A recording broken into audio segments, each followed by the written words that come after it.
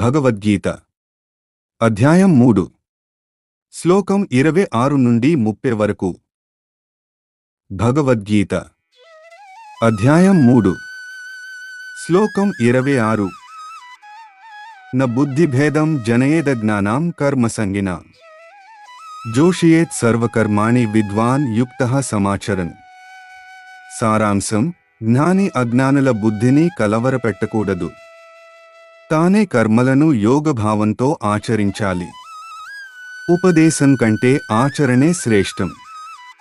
తన ప్రవర్తనతోనే మార్గం చూపాలి. ఇదే లోకహితానికి మార్గం.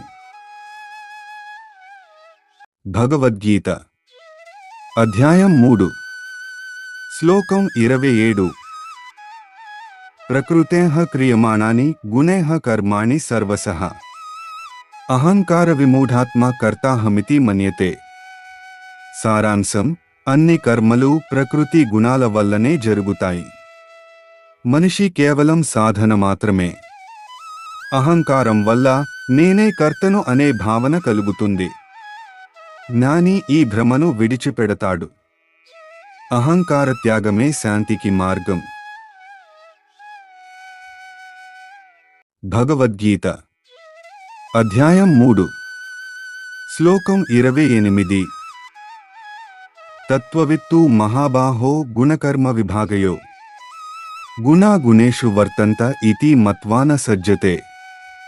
సారాంశం: జ్ఞాని గుణాలు కర్మల తత్వాన్ని తెలుసుకుంటాడు.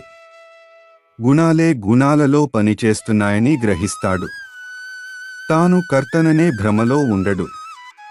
కర్మల పట్ల ఆసక్తి చెందడు. ఇదే ముక్తికి మార్గం.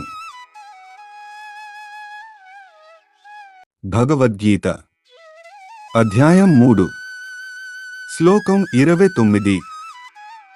ప్రకృతేర్గుణ సమ్మూఢా సజ్జంతే గుణకర్మసు తాన కృత్స్నవిదో మందాన్ కృత్స్నవిన్న విచాలయేత్. సారాంశం: ప్రకృతి గుణాల వల్ల ప్రజలు మోహితులవుతారు. వారు గుణ సంబంధ కర్మలలో ఆసక్తి చెందుతారు. అవగాహన లేనివారు సహజంగానే అలా ఉంటారు. జ్ఞాని వారిని కలవరపెట్టకూడదు. దయతో, సహనంతో మార్గనిర్దేశం చేయాలి. భగవద్గీత అధ్యాయం 3 శ్లోకం 30. మయి సర్వాణి కర్మాణి సన్యస్యాధ్యాత్మచేతసా నిరాశీర్నిర్మమో భూత్వా యుధ్యస్వ విగతజ్వరః. సారాంశం: అన్ని కర్మలను భగవంతునికి అర్పించాలి. ఆధ్యాత్మిక చైతన్యంతో కర్తవ్యాన్ని చేయాలి. ఆశలను, మమకారాన్ని విడిచిపెట్టాలి. మనస్సు కలవరం లేకుండా ఉండాలి. ఇదే నిజమైన కర్మయోగం. ప్రతిరోజు భగవద్గీత శ్లోకాల కోసం మా ఛానల్ని సబ్స్క్రైబ్ చేసుకోండి. ఈ శ్లోకం మీకు నచ్చినట్లయితే మిత్రులతో షేర్ చేయండి. జై శ్రీకృష్ణ.